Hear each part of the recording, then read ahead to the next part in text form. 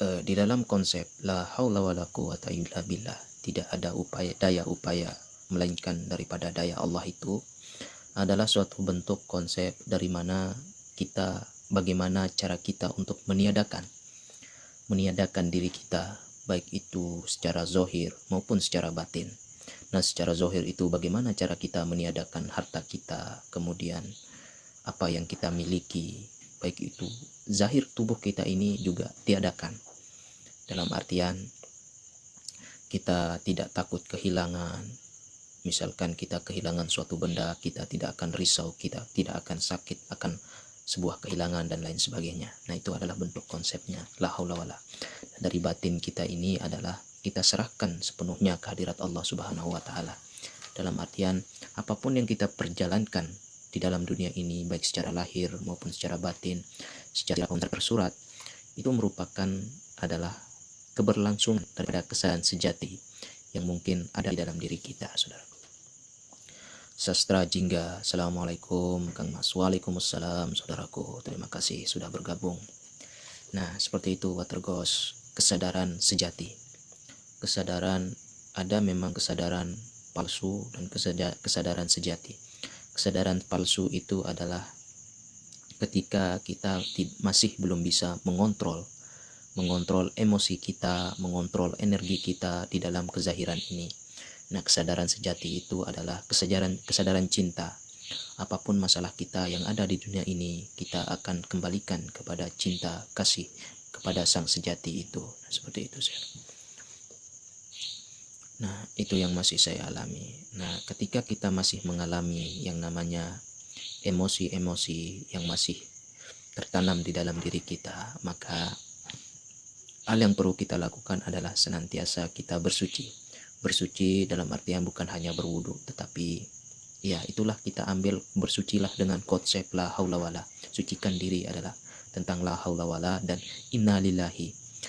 Nah, sebagai amalan juga apabila emosi kita sedang terpuruk atau sedang memuncak atau sedang kita marah, maka senantiasa kita ingat kepada kesejatian yang sejati itu, bahwa tidak ada daya dan upaya, kemudian la haula wala, kemudian inna lillahi wa inna ilaihi rajiun, datang dari Allah dan kembali kepada Allah.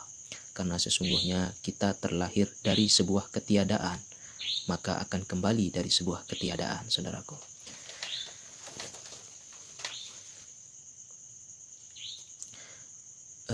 Baik, terima kasih VZ99. Apakah mematikan dirimu sebelum mati itu harus mati beneran dulu? Tidak seperti itu, saudaraku. Jadi konsepnya mati sebelum mati itu adalah memfanakan diri kita sebelum kita memang hilang di muka bumi ini. Konsep mati sebelum mati ini adalah meniadakan baik dari sifat, asma, af'al, baik dari nama, kemudian perbuatan, kemudian dari sifat kita tiadakan, kembalikan kepada Allah. Dalam artian kita tidak memiliki apa-apa. Nah, itulah konsep daripada mematikan diri sebelum mati. Karena sesungguhnya kita telah mati, saudaraku. Di dalam ilmu tasawuf, yang namanya jasad ini adalah bisa dikatakan sebagai kuburan. Apabila jiwa kita ini telah berpisah dari jasad, maka jasad ini adalah merupakan sesuatu yang kosong, yang tidak bisa bergerak dan lain sebagainya. Nah, dalam artian adalah sebuah bangkai. Nah, jadi konsep mati sebelum mati adalah meniadakan asma, sifat, af'al, dan kembalikan kepada Allah Subhanahu wa taala. Nah, itulah konsep daripada mematikan diri sebelum mati. Karena begini, ketika kita mati yang sebenarnya besok, karena sesungguhnya tiap malam kita mati, saudaraku. Tertidur itu adalah bisa dikatakan sebagai mati kecil. Nah, apa yang kita dapatkan dari sebuah mimpi tentang di saat kita tertidur itu adalah cerminan daripada sebuah kezahiran kita. Nah, seperti itu. Itulah konsep daripada mematikan diri sebelum mati, saudaraku. Maaf, saya dari Palembang. Saya dari Lombok, saudaraku. Lombok, NTB. Lombok, terima kasih saudaraku dari Palembang sudah senantiasa mengikuti live streaming. Karena live streaming ini adalah suatu penghubung, bisa saya katakan sebagai penghubung. Bagaimana cara kita mengikuti zaman yang dikatakan zaman di dunia ini secara positif. Nah, seperti itu, saudaraku. Jadi kita tidak akan tercipta, daya cipta kita tidak akan menjadi fanatik di sana.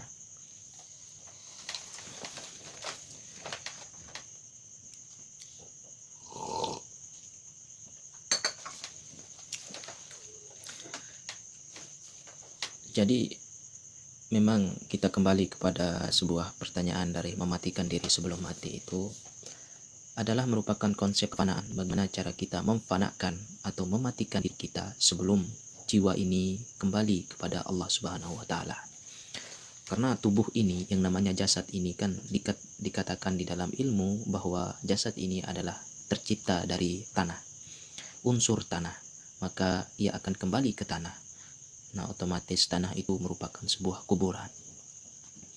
Tanah, kembali ke pembahasan daripada unsur manusia, ada air, api, angin, tanah, dan cahaya.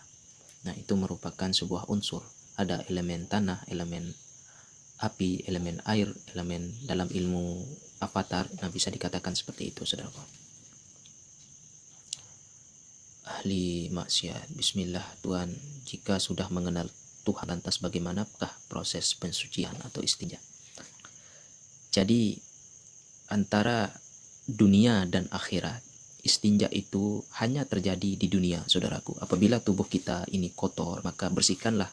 Supaya apa? Supaya misalkan kita berwudu, itu merupakan proses daripada pensucian. Nah, tapi di dalam istilah kebatinan, kegaiban, tidak ada istilahnya, tidak ada pernah saya temukan daripada istinja atau proses pensucian batin. Ketika seorang yang sudah mengenal Tuhan, otomatis ia sudah bersih. Tidak ada istilah daripada istinja lagi. Nah, seperti itu, saudaraku. Yang ada hanyalah kesucian jiwa, kefanaan akan daripada jiwa itu. Nah, seperti itu. Tapi di dalam syariatnya tetap ia melaksanakan wudhu, kemudian mandi, kemudian junub, dan lain sebagainya. Itu adalah proses yang terjadi di dunia. Jangan sampai kita membawa apa yang terjadi atau proses yang benar-benar terjadi di dunia kita bawa di akhirat. Nah, seperti itu. Tetapi akhirat itu merupakan sebuah cerminan. Apabila zahir kita kotor, otomatis dalam artian kotor dalam konsep bukan kotor najis, bukan kotor berupa kotoran, tetapi sifat kita yang kotor pasti akan tercermin sesuatu yang kotor pula, seperti itu. Kemudian sastra jingga, apakah perjalanan seseorang yang mempunyai guru dan tidak mempunyai itu guru samakah? Otomatis seseorang yang mempunyai guru dengan atau tidak mempunyai guru itu mempunyai perjalanan yang berbeda, saudaraku. Jadi konsepnya begini, ketika seseorang meniatkan dirinya untuk senantiasa harus mempunyai mursyid, maka jalankan niat itu, saudaraku. Carilah, misalkan saudaraku mumet bingung akan hal tentang ilmu, ketika ada saudara kita yang mampu menjelaskan, mampu memberikan sebuah penerangan, maka ambillah ia menjadi seorang guru. Tetapi perjalanan seorang yang tidak mempunyai guru atau memang sudah langsung mempunyai garis keturunan atau titisan leluhur yang suci, yang memang keturunan aulia Allah, memang ia akan langsung dititipkan ilmu itu dalam bentuk ilmu laduni. Nah, dari hasil kesejatian yang pernah didapat oleh leluhur-leluhurnya, seperti itu, saudaraku. Jadi dari bentuk perjalanan tentu akan berbeda di sana. Nah, kita ambil contoh seperti yang saya katakan dahulu tentang perjalanan Rasulullah. Perjalanan Rasulullah itu titik puncaknya di umur 40 tahun ketika Rasulullah diangkat menjadi Rasul. Nah, itu yang menjadi patokan. Tetapi ketika kita sudah berumur di atas 40 tahun, saya diharuskan untuk mencari seorang mursyid, saudaraku. Karena di bawah 40 tahun itu, pasti ketika ia sudah mengenal Allah, dalam arti ilmu Allah sudah ia tahu kemana larinya ilmu Allah itu, maka dia sudah mendapatkan daripada ilmu laduni, ilmu sejak lahir. Nah, tercipta ilmu laduni itu akan terlihat dari bagaimana proses kebangkitan spiritual masing-masing orang itu, saudaraku. Nah, seperti yang dikatakan di live streaming yang kemarin, bahwa kebangkitan spiritual seseorang itu adalah merupakan proses yang dimulai sejak awal atau sejak dini, dan ada juga kebangkitan spiritual setelah daripada 40 tahun umur seseorang itu, saudaraku. Kita ambil contoh atau patokan hanya daripada perjalanan spiritual Rasulullah SAW. Terima kasih Burniustun. Ustadz, apakah itu Rasul dalam ilmu tasawuf? Rasul itu adalah rasa, saudaraku. Jiwa, jadi dikatakan jiwa. Nah, itu adalah Rasul, saudaraku, dalam pandangan ilmu tasawuf. Ada yang disebut daripada makom Tuhan, makom makom makom Allah, makom Muhammad, kemudian makom Adam. Nah, makom Allah itu antara ini, akal kita sampai ini. Karena yang tahu Allah itu ada di posisi daripada akal kita. Nah, itu makom Allah, makom Muhammad. Makom Muhammad itu dari leher kita sampai pusar kita. Itu masuk dalam kategori makom Muhammad atau makom Rasul, makom rasa. Karena rasa jiwa itu pasti akan tertanam, akan muncul di dalam batin kita ini. Entah di mana tempatnya, apakah di hati, kita tidak tahu. Nah, tapi itulah bentuk sebuah kefanaan daripada seseorang yang sudah mengenal rasa. Dan makom Adam itu adalah dari pusar sampai kaki kita yang berjalan meniti dunia ini. Seperti itu, saudaraku. Ustadz, makna ikan nun yang menelan Nabi Yunus itu apa ya? Nah, jadi ini sebuah pertanyaan ya. Di dalam sejarah kebudayaan Islam memang ada sebuah cerita di mana Nabi Yunus alaihissalam itu tenggelam. Kemudian ia masuk ke dalam Nabi ikan nun. Nah, konsepnya dalam arti ini merupakan sebuah, ini dari pendapat saya, saudaraku ya. Ikan nun itu adalah merupakan cerminan sebuah wadah atau tempat di mana seseorang itu sudah masuk di dalam dunia spiritual. Nah, ikan nun itu kalau dalam konsep hijaiyah, kita kaji dalam konsep hijaiyah nun. Nun itu merupakan, kita lihat dari nun itu adalah tubuh kita ini, kemudian ada titik di tengah, itu nun. Bagaimana seseorang Yunus menyelam ke dalam lautan ma'rifatullah dan masuk di dalam dirinya. Nah, diri itu adalah diri yang sejatinya atau diri nun. Nun itu adalah bisa dikatakan makna batin, saudaraku. Ikan nun itu adalah sesungguhnya batin. Nah, itu daripada konsep yang pernah saya pelajari di sini. Jadi seseorang yang sudah masuk ke dalam khalwat. Nah, khalwat itu adalah bisa dikatakan sebagai nun, saudaraku. Khalwat atau kesejatiannya, maka ia akan menghilang atau masuk di dalam dirinya sehingga tenggelam di dalam nun itu sampai setelah ia, bisa istilahnya saya katakan, setelah ia memang sepenuhnya di dalam kesejatian, maka ia akan keluar menjadi pribadi-pribadi yang penuh dengan cinta. Nah, seperti itu. Apakah itu Rasul dalam ilmu tasawuf? Sudah saya jawab, saudaraku. Lalu bagaimana masih ada selain Allah? Nafsu, apakah matikan diri dulu Tuhan? Maksudnya bagaimana ini, saudaraku? Ketika konsep fana itu, tidak ada Allah di dunia ini, saudaraku. Tetapi Allah itu akan bersemayam di dalam seluruh konsep atau manifestasi yang ada di alam semesta ini. Ketika seseorang selalu menciptakan Allah di dalam kezahirannya atau menciptakan Tuhan di dalam kezahirannya, itu adalah bentuk kesyirikan. Kesyirikan dalam bentuk hal yang samar, saudaraku. Apakah interaksi bila enggak lakukan tafakur sholat kayak beri arahan atau mengingatkan, itu apa ya, Mas? Jadi begini, saudaraku ya. Ada memang saudara-saudara kita, ketika ia sudah menjalankan daripada ilmu hakikat, sudah tahu, hanya sekedar tahu dengan akalnya, ia akan menafikan daripada ilmu syariat. Dia tidak akan sholat, kemudian puasa tidak, tafakur tidak. Karena dalam artian dia akan meninggalkan konsep syariat itu. Tetapi jangan kita lihat seseorang itu, tetapi lihatlah pribadi diri kita. Ketika kita masih bisa menilai seseorang bagaimana syariatnya, bagaimana tarekat seseorang, sementara kita belum tahu jiwa kita itu seperti apa. Nah, itu adalah salahnya, saudaraku. Jadi apapun yang dilakukan orang itu merupakan sebuah perjalanan spiritual mereka masing-masing. Jangan kita ganggu mereka, tetapi kembalilah kepada diri kita. Apa yang harus saya lakukan? Apakah saya mengikuti seperti itu? Jangan sampai itu, tetapi ikutilah daripada batin saudara-saudaraku itu. Nah, seperti itu, saudaraku. Sudah saya.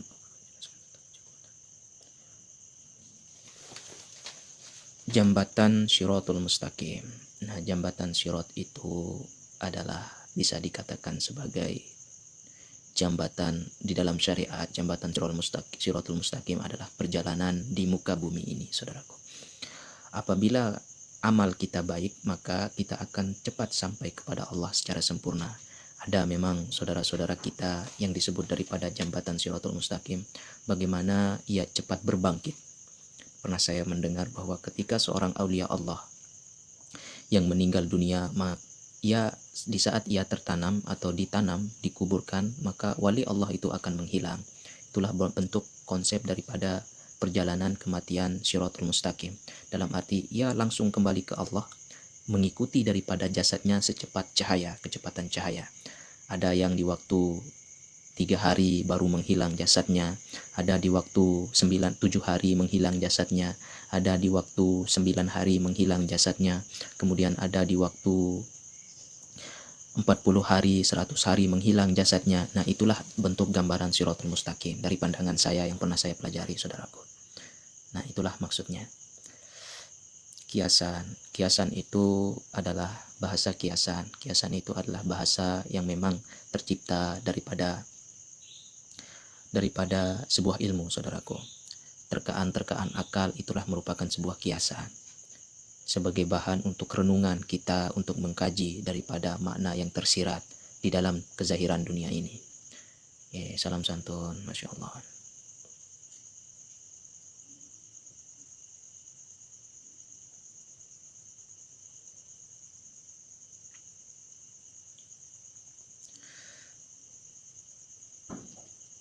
Alhamdulillah.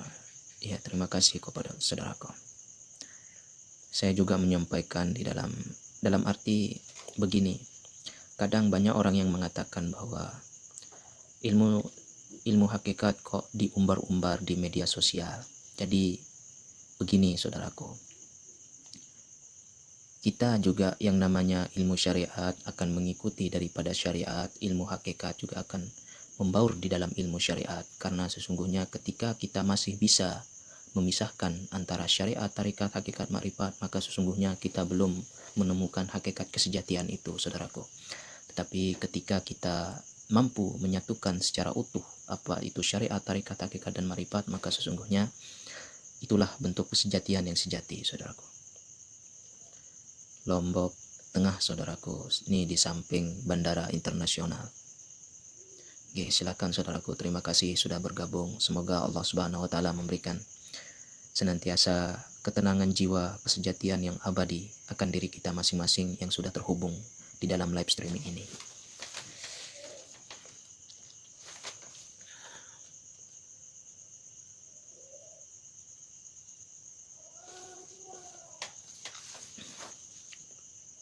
Jadi kemarin ada juga di seorang bisa dikatakan seorang wali Allah yang masuk di dalam media sosial, yang mana ketika wali Allah tersebut meninggal dunia, pas dimakamkan, pas masuk di dalam liang lahat itu hanya kain kafan saja yang ditanam. Nah, itu merupakan sebuah konsep sebenarnya bagaimana jambatan atau seorang wali Allah itu berjalan di atas Shiratul Mustaqim dalam keadaan kecepatan cahaya. Nah, itulah konsepnya, saudaraku. Jadi itulah konsep daripada berbangkit. Jadi pemikiran saya begini, saudaraku. Dunia secara zahir ini tidak hanya satu atau tidak hanya di dunia ini. Misalkan yang namanya surga, neraka, kemudian dunia akhirat sedang terjadi ketika kita hidup ini. Jadi yang namanya dunia dan akhirat itu sedang kita jalankan saat ini. Nah, yang menjadi poin daripada berbangkit itu memang ilmu Allah tentang ilmu syariat, bahwa akhirat itu kelak memang benar, tetapi akhirat yang mana? Nah, seperti itu yang harus kita pertanyakan di dalam diri kita. Akhirat yang mana? Surga yang mana? Kemudian neraka yang bagaimana? Nah, seperti itu. Itu yang jangan kita hanya saja terpaku sama doktrin bahwa sesungguhnya dunia dan akhirat akan terjadi besok. Tidak seperti itu. Karena sebelum kita lahir, kita tidak tahu apa-apa, saudaraku. Tapi kita tahu surga dan neraka itu dalam artian ketika kita sudah balik. Nah, seperti itu. Terima kasih saudaraku sudah bergabung di live streaming ini.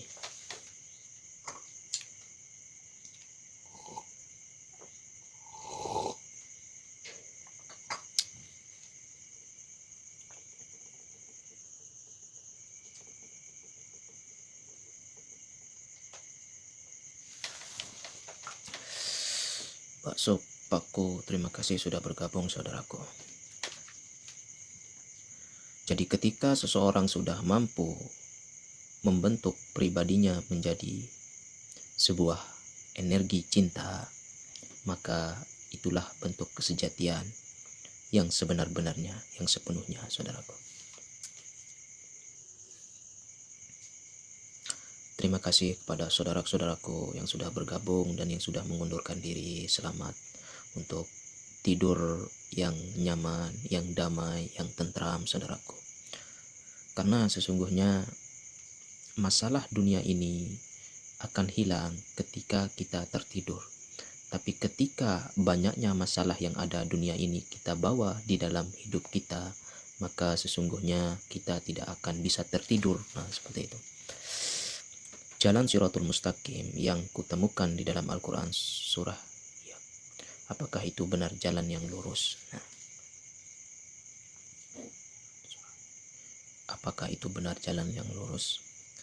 Jadi di dalam Al-Quran itu saudaraku, itu merupakan ada Al-Quran yang nyata dan ada Al-Quran yang bersifat ruh saudaraku. Jadi jalan Shiratul Mustaqim yang memang di dalam Ihdinas Shiratul Mustaqim, jalan yang lurus, memang jalan yang lurus itu adalah jalan yang akan ditemukan bagi orang-orang yang sudah mengenal diri saudaraku. Tetapi ketika seseorang yang tidak mau mengenal diri hanya berjalan dengan ego dan emosinya, maka sesungguhnya ia tidak akan berdiri di atas jalan yang lurus. Nah, seperti itu saudara. Memang di dalam surat Yasin, apakah itu benar jalan yang lurus? Menjadi pertanyaan untuk diri kita, apakah kita sudah berada di dalam jalan yang lurus ataukah masih belum berada di jalan yang lurus? Nah, seperti itu. Dari ke-29 juz atau ke-30 juz itu yang menjadi umul kitab itu Al-Fatihah, yang menjadi patokan. Ketika seorang mampu mengkaji suratul Fatihah, maka seluruh isi daripada kitab Al-Quran itu sudah membaur di dalam dirinya. Seperti itu saudara.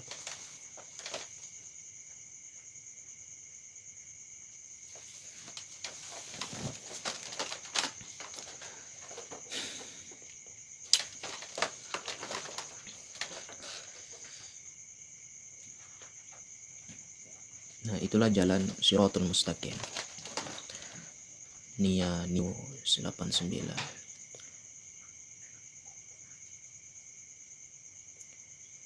Mimpi diajak dua orang, diperlihatkan surga dan neraka, dan berada di jambatan Sirat. Maknanya apa Ustaz? Jadi itu merupakan sebuah perjalanan spiritual saudaraku.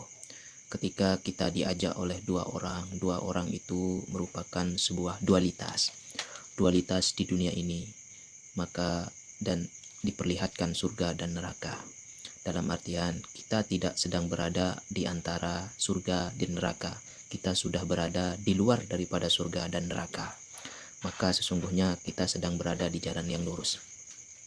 Seorang yang berada di jalan lurus itu akan tercermin di dalam dirinya penuh dengan cinta kasih. Apapun masalah yang dihadapi dalam dunianya tidak akan menjadi masalah di dalam diri pribadinya, karena sesungguhnya ia sudah menyatakan diri, ia sudah mentekadkan diri bahwa inna lillahi wa inna ilaihi rajiun, datang dari Allah dan kembali kepada Allah. Jadi saudari Nia Nio ini sudah digambarkan oleh Allah bagaimana Nia Nio ini harus mampu membersihkan diri dari sebuah dualitas yang memang ada di dunia ini. Nah, seperti itu saudara, supaya tetap berada di jambatan yang lurus itu. Seperti itu saudaraku. Merupakan sebuah konsep yang memang apa yang saya temukan selama ini saudaraku. Sama-sama saudaraku. Jadi yang namanya sebuah kesejatian itu Yang ada hanyalah cinta, saudaraku, kasih sayang. Bismillah, ketika seseorang sudah habis, memang sudah menemukan daripada sejatinya Allah, maka Ar-Rahman Ar-Rahim itu akan tercermin di dalam dirinya. Yang namanya cinta itu tidak ada pasangannya, saudaraku. Cinta ya Ar-Rahman ya Ar-Rahim, pengasih dan penyayang. Yang namanya baik dan buruk itu kan mempunyai pasangan, surga neraka pasangan. Tapi ketika kita keluar dari dualitas itu, yang kedua yang berpasang-pasang itu, maka kita akan menemukan sesuatu yang tidak berpasangan, yaitu yang disebut daripada cinta. Cinta itu dalam bahasa dunia adalah Ar-Rahman Ar-Rahim, pengasih dan penyayang. Nah, seperti itu.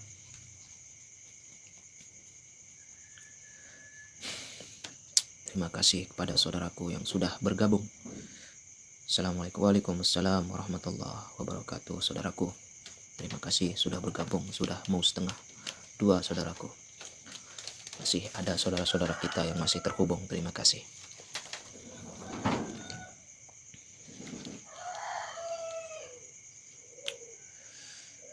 Jadi akan indah ketika kita sudah menemukan sejatinya diri kita. Man arafa nafsahu faqad arafa rabbahu. Barang siapa mengenal diri, maka kenallah ia akan Tuhannya. Man arafa nafsah bil fana'i faqad arafa rabbah bil baqa'i. Barang siapa yang mengenal diri dengan fana, maka kenallah ia akan Tuhannya dengan baqa. Nah, seperti itu. Wati purba, kalau bermimpi bertemu Nabi Isa di taman yang hijau, artinya apa, brother? Ini mimpi yang merupakan sebuah perjalanan, saudaraku. Mungkin saudaraku pernah dijumpai, pernah didatangi oleh Nabi Khidir. Namun saudara Wati Purba itu masih belum tersadarkan akan siapa yang datang itu. Ketika seseorang bermimpi dengan Nabi Isa, itu adalah Nabi yang memang sampai sekarang belum diketahui keadaannya. Dalam arti ia masih diangkat oleh Allah di langit atau di lapisan yang ketujuh.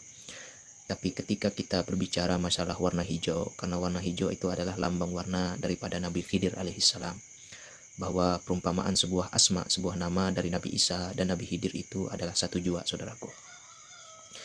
Besok yang namanya orang yang sedang menanti daripada keturunan atau diturunkan daripada Nabi Isa, sesungguhnya dari zaman A sampai sekarang itu Nabi Isa atau Nabi Khidir, atau bisa dikatakan sebagai wali-wali Allah, bisa dikatakan sebagai apa namanya itu, Imam Mahdi, bahwa sesungguhnya ia adalah satu kesatuan yang terpisah oleh sebuah asma saja, sebuah nama, tapi mereka adalah sebuah satu kesatuan, saudaraku, yang tidak akan pernah terpisah.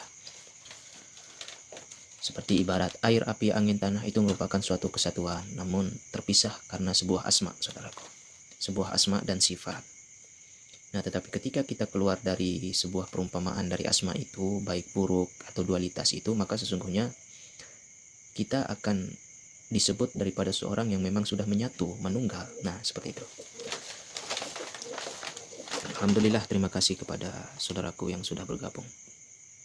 Jadi itu maksud daripada ketika kita bermimpi bertemu Nabi Isa yang hijau, di taman yang hijau, itu adalah perumpamaan dari seorang Khidir alaihissalam. Bisa jadi saudaraku Wati Purba sudah didatangi oleh sesosok Khidir alaihissalam, atau bisa jadi Wati Purba sudah mendatangi daripada kediaman-kediaman wali-wali Allah, sehingga bisa mimpi seperti itu.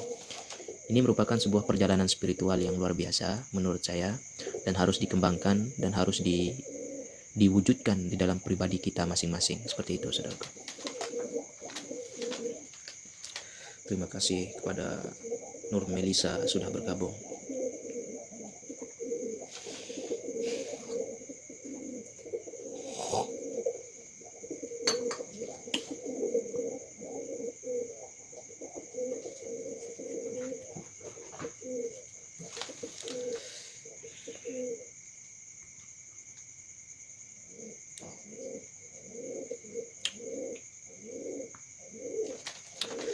Tapi saya tidak kenal wali Allah.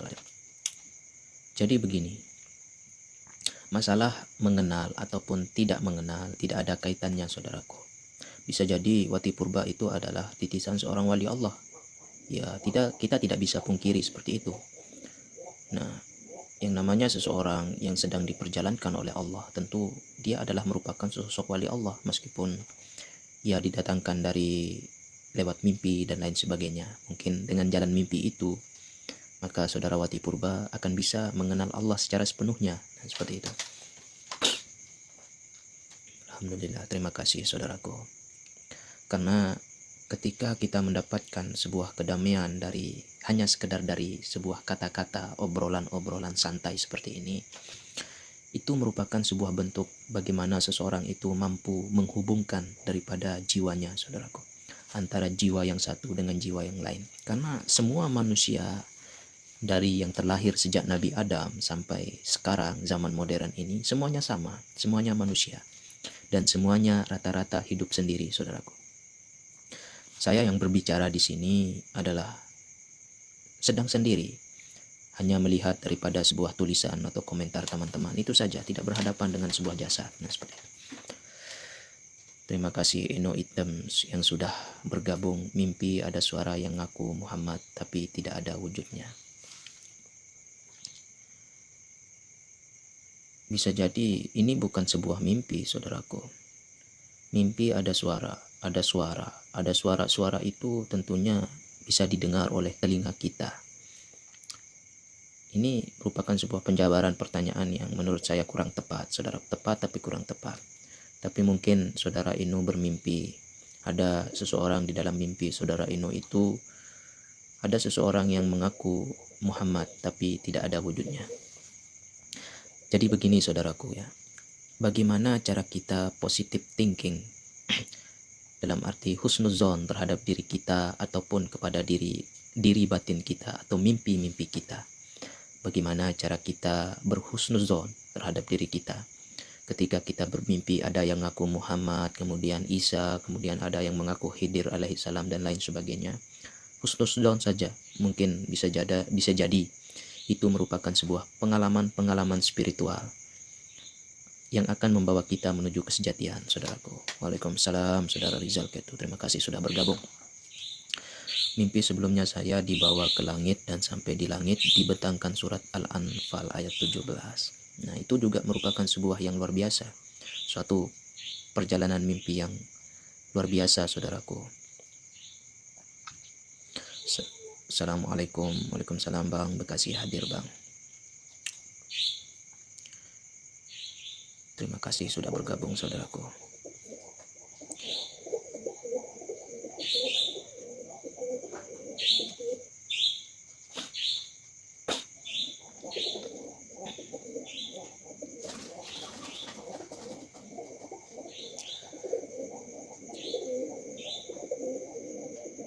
Sama-sama saudaraku. Jangan sampai kita dalam arti suzon terhadap apa-apa yang kita dapat baik di dalam zahir maupun di dalam mimpi kita. Terus kita dalam artian positif dan lain sebagainya.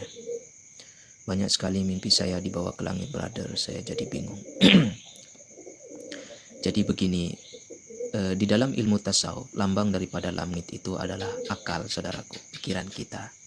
Jadi Wati Purba itu bisa jadi terlalu banyak memikirkan hal-hal yang tidak mungkin saudaraku Wati Purba itu mampu untuk memperjalankan.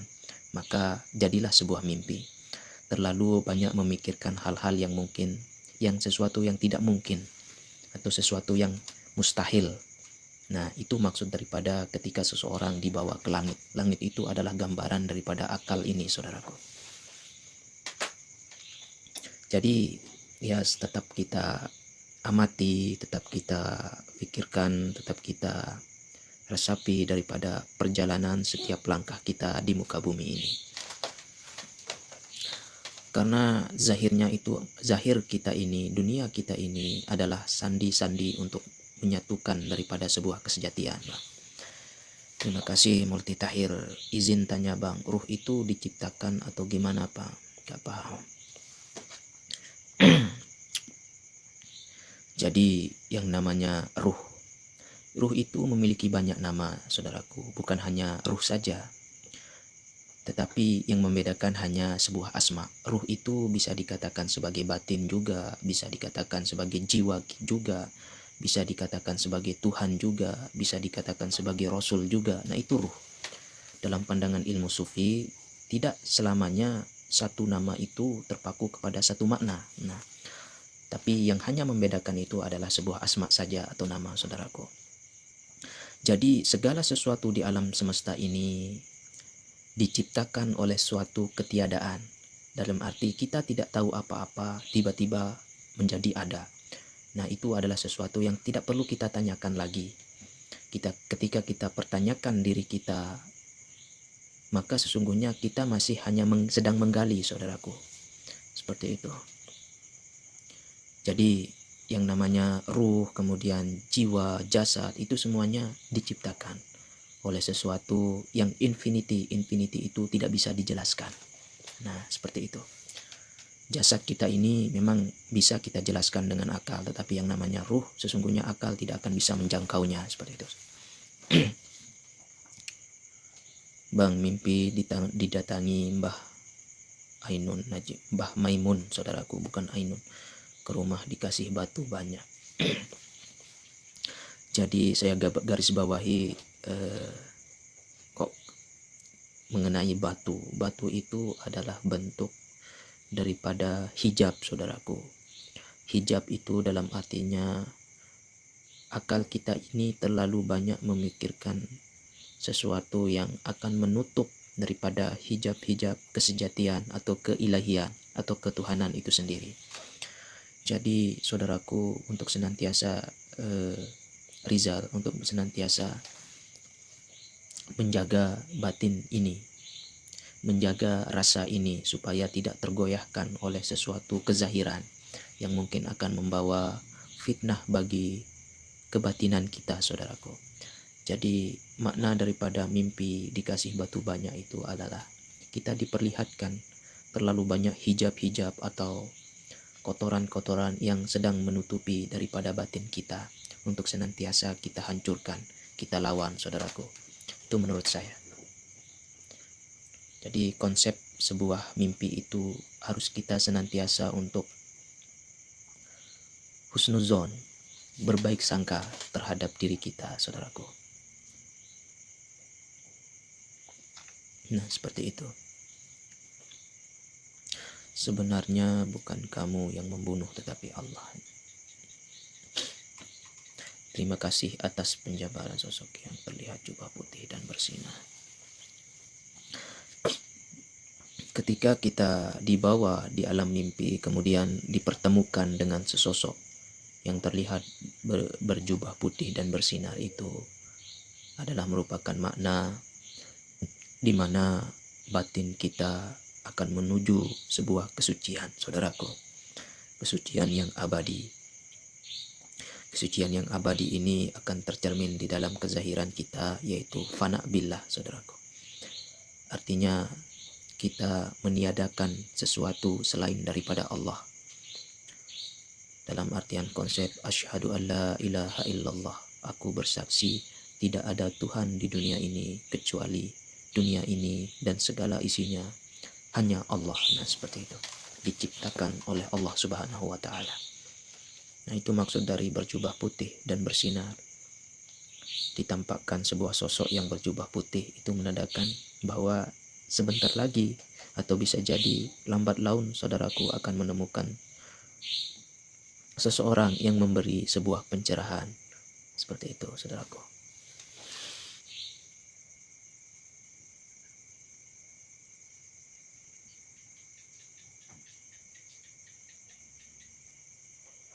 Ya.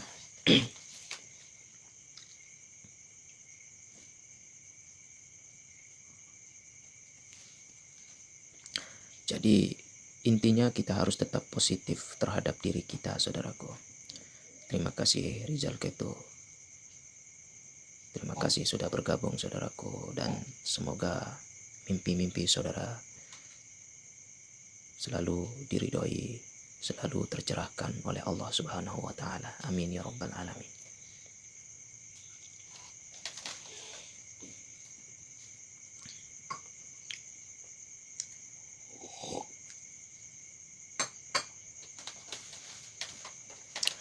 Memang banyak perjalanan spiritual yang mungkin berbeda-beda dialami oleh seseorang, saudaraku. Izin tanya bang, kalau syirik yang tersembunyi itu contohnya seperti apa bang? Jadi begini saudaraku, ada yang disebut daripada syirkun hafiyin. Syirkun hafiyin itu adalah syirik atau menduakan Tuhan secara samar. Contohnya, kita ambil contoh, kita terlalu percaya kepada guru kita. Apa yang diperintahkan guru kita, kita lakukan. Sementara batin kita tidak mau seperti itu. Nah, itu merupakan bentuk daripada syirik, syirik khafi. Syirik khafi itu adalah syirik yang samar. Kita mengikuti perintah-perintah di luar diri kita, itu merupakan syirik yang samar. Tetapi kebenaran daripada di luar kesyirikan itu adalah bagaimana seseorang mengikuti daripada batinnya, seperti itu saudaraku. Terima kasih Ahmad Soleh. Assalamualaikum. Terima kasih saudaraku. Nah, bisa dikatakan seperti itu dalam arti kemudian dari sifat 20 dari wujud, qidam, baqo, mukhalafatuhu sampai mutakalimun itu merupakan sifat-sifat Allah yang ada di dunia ini, baik secara lahir maupun secara batin, saudaraku. Kita akan meniadakan suara-suara ini, kita akan meniadakan sifat-sifat ini, meniadakan daripada perbuatan-perbuatan ini, tapi sesungguhnya perbuatan Allah itu akan tercermin daripada di luar dualitas itu sendiri. Hanya saja apa yang disampaikan oleh Allah Subhanahu wa Ta'ala itu adalah merupakan kalam cinta, kalam kasih dan kalam sayang. Seperti itu saudaraku, kalam pengasih dan kalam penyayang.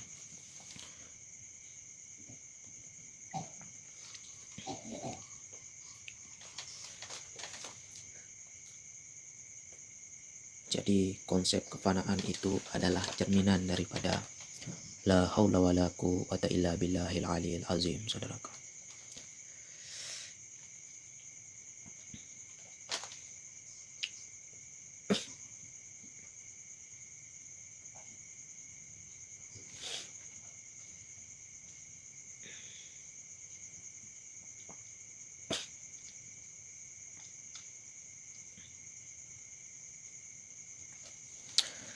Intinya ketika seseorang sudah mencapai makom arif billah, maka di dalam kehidupannya tidak akan takut akan sesuatu yang mungkin menjadi sebuah dualitas di dunia ini. Ia tidak akan menginginkan surga, dia juga tidak menginginkan daripada neraka. Tetapi sesungguhnya ia sedang menjalankan daripada keduanya itu. Ia menjalankan surga dan neraka dengan Ar-Rahman dan Ar-Rahim Allah, saudaraku. Nah, itu konsepnya. Jadi jangan sampai kita terlalu berharap akan surga dan akan neraka kelak, karena sesungguhnya kita sedang berjalan di kedua dualitas itu sendiri. Waalaikumsalam saudaraku, terserah dia. Terima kasih sudah bergabung saudaraku.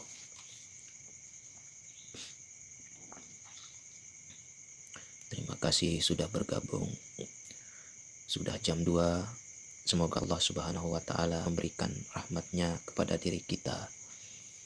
Karena sesungguhnya orang yang selalu menjaga hidupnya itu adalah orang-orang yang senantiasa terjaga dalam sebuah kemandirian yang sejati. Sama-sama saudaraku, sesuai nama multifakir. Multifakir itu adalah bentuk dari mana kita memfanakan diri kita secara sepenuhnya. Infinity tidak bisa dijelaskan, saudaraku. Terima kasih kepada terserah dia. Terima kasih telah mengirimkan mawar, saudaraku.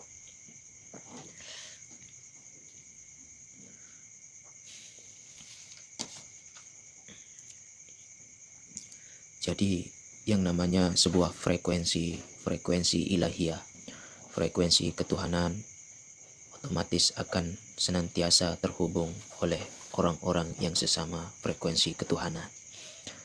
Ketika seseorang yang sudah terbelit dalam artian seseorang yang sudah tertanam di dalam dirinya kefanatikan atau fanatik, maka ia tidak akan bisa terhubung. Misalkan ia fanatik terhadap syariat, ia fanatik terhadap tarikat, ia fanatik terhadap hakikat, ada juga yang fanatik terhadap ma'rifat. Itu merupakan sebuah bentuk kesalahan sebenarnya, saudaraku. Tapi kita semua kalau bisa keluar dari keempat fanatikan itu.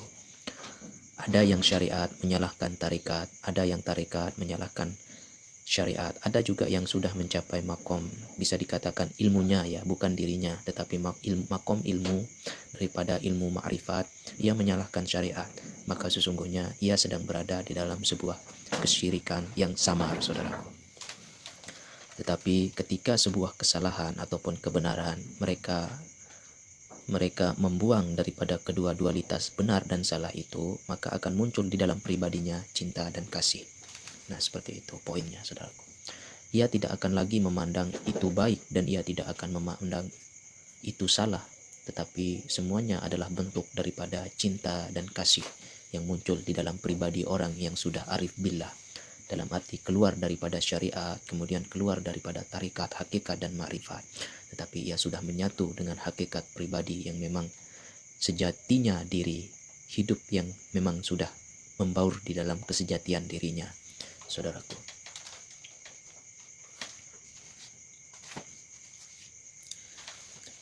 Jadi kita tidak akan pernah bisa menyalahkan orang yang sedang berjalan di syariat, kita tidak akan pernah menjalankan orang yang sedang berada di syariat, tarekat, hakikat maupun ma'rifat. Jadi begini konsepnya, saudaraku. Apakah yang menjadi amalan daripada seorang syariat, seorang yang tarekat, hakikat dan ma'rifat? Jadi begini, seorang yang sedang duduk di dalam ilmu syariat adalah amalannya ketika ia dipukul atau dihujat, maka ia memukul balik dan menghujat balik. Nah, itu amalan orang yang sedang duduk di dalam syariat. Nah, ketika kita dihina oleh seseorang, kemudian kita menghina balik, maka kita dalam ilmu itu. Dan orang yang sedang duduk di dalam ilmu hakikat, tarekat, amalannya apa? Ketika ia tidak melihat orang lain sholat, kemudian orang lain puasa, maka ia menegurnya, ia menyuruhnya untuk sholat, untuk puasa, untuk beramal dan lain sebagainya. Itu sesungguhnya ia sedang duduk di dalam ilmu syariat, ilmu tarekat.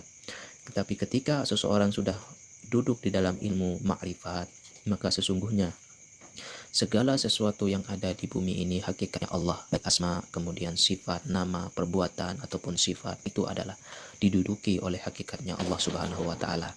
Jadi tidak ada yang kita salahkan di muka bumi ini, apakah orang berbuat maksiat, berbuat tidak sholat, kemudian kita tidak akan permasalahkan, itu merupakan perjalanan mereka masing-masing, bukan perjalanan saya. Nah, ada jadi pertanyaan di dalam ilmu syariat, di mana kita letakkan amal ma'ruf nahi mungkar.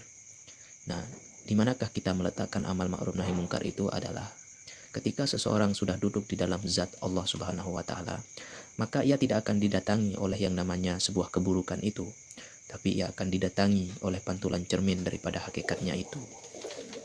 Nah, jadi kalimat hak itu adalah sesungguhnya adalah sebuah kesejatian untuk senantiasa kita bercermin, memantulkan cahaya diri kita, memantulkan daripada kezahiran pengalaman-pengalaman spiritual kita. Jadi kita tidak akan mengganggu orang lain, kita tidak akan menyusahkan orang lain, kita tidak akan mengganggu bagaimana perjalanan orang lain. Dalam artian kita terserah kita akan masa bodoh, tapi tetap kita kembali kepada diri kita, saudaraku. Apapun hujatan-hujatan orang, apapun hujatan-hujatan dan lain sebagainya, kita tidak akan takut akan hal itu. Karena sesungguhnya kita sudah berdiri di dalam Ar-Rahman Ar-Rahim itu sendiri. Nah, seperti itu, saudaraku.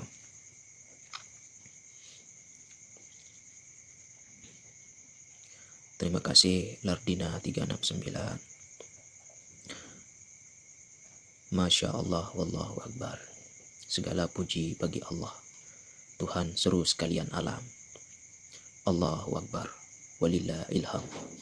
Allah maha besar, bahwa sesungguhnya alam semesta ini digerakkan oleh Allah Subhanahu wa taala. Tetapi kebanyakan kita sebagai manusia hanya memperdaya akal dengan sebuah kezahiran yang dianggap adalah sebuah kenyamanan, kedamaian, tapi sesungguhnya itu adalah sesuatu jauh dipanggang daripada api kesejatian. Nah, itu saudaraku.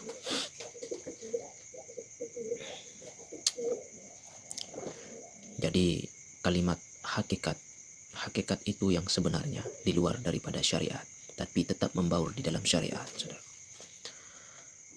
Waalaikumsalam, saudaraku. Santun malam bang. Salam cinta kasih di malam pertengahan malam, di mana energi spiritual sedang menganggur, saudaraku.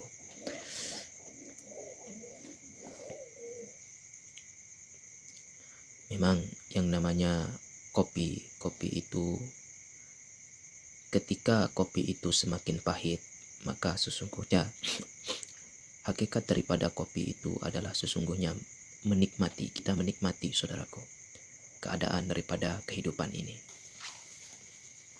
Saudaraku Sigar Penjalin rahimakumullah, mungkin hanya ini yang bisa saya sampaikan, saya paparkan, kita diskusikan, kita sambung rasa, saudaraku. Baik, ada yang sudah masuk. Saya sudah menjelang 2 tahun dalam proses pensucian. Bagaimana caranya agar ujian kita bisa selesai? Jadi begini, saudaraku, yang namanya ujian itu adalah bisa dikatakan sebuah karma, saudaraku, atau penghalang untuk menuju sebuah kesejatian. Ketika kita sudah berdamai dengan ujian itu, maka tidak akan ada ujian lagi. Ketika kita masih menganggap bahwa kita sedang menjalankan sebuah ujian, maka itulah sejatinya kita sedang berada di dalam sebuah perangkap ujian itu. Maka nikmatilah apapun ujian kita, apapun keadaan kita di muka bumi inilah, terimalah dengan hati yang tulus ikhlas. Ikhlaskanlah, karena itulah posisi kita yang sedang diperjalankan oleh Allah, saudaraku. Jalanilah sepenuhnya dan kembalikan segala ujian, segala himpitan kepada Allah. Sesungguhnya sesuatu yang disebut ujian itu datang dari Allah. Ketika waktunya tiba, Allah akan memanggil, tetapi waktu yang tiba itu akan dibarengi dengan keikhlasan kita, saudaraku. Jadi seperti itu. Mohon maaf, saudaraku, karena baterai HP ini mau habis. Saya tutup live streaming ini. Semoga Allah Subhanahu wa Ta'ala memberikan rahmatnya kepada kita sekalian. Allahumma salli wa sallim ala sayyidina nur fi qalbi wa nur fi sam'i wa nur fi haqqi wa nur fi haqqi. La ilaha illallah Muhammadur Rasulullah sallallahu alaihi wasallam. Allahumma salli ala sayyidina Muhammad wa ala ali sayyidina Muhammad. Assalamualaikum warahmatullahi wabarakatuh. Salamun qaulam min rabbir rahim.